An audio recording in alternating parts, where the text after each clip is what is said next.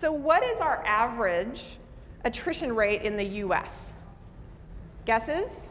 Percentage.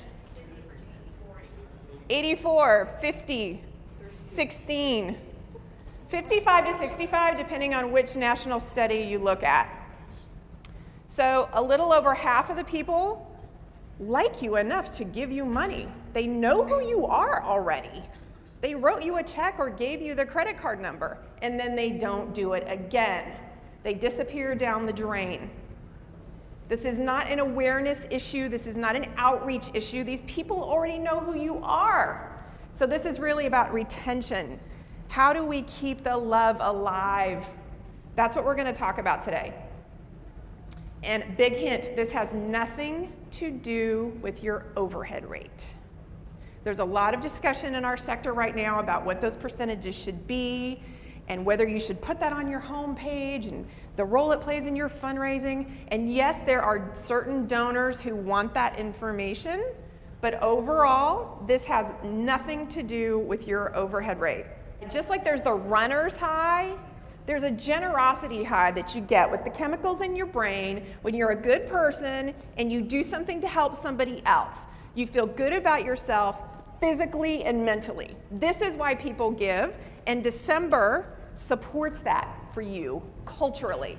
The tax deduction is just the extra little nudge to actually make them sit down and do it. It's not the real reason they give. Why else do people support nonprofits? There's been some recent research by Georgetown and Ogilvy. 57% support nonprofits because the cause is important to me or someone I know. 50% get involved because it's something that has impacted me or someone I know.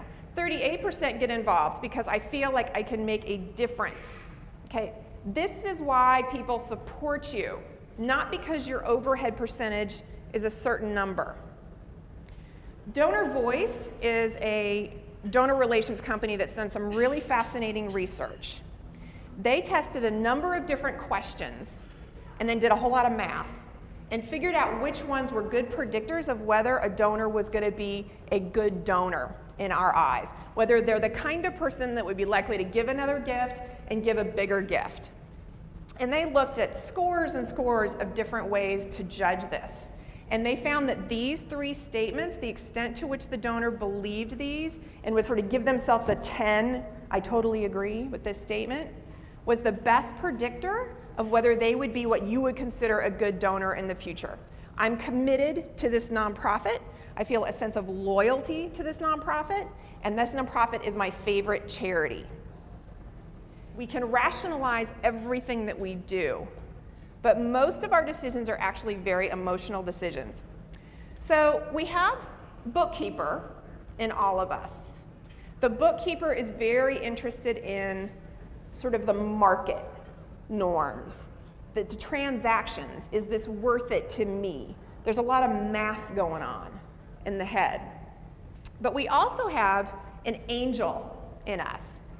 And you want to be speaking to the angel because the angel always wins.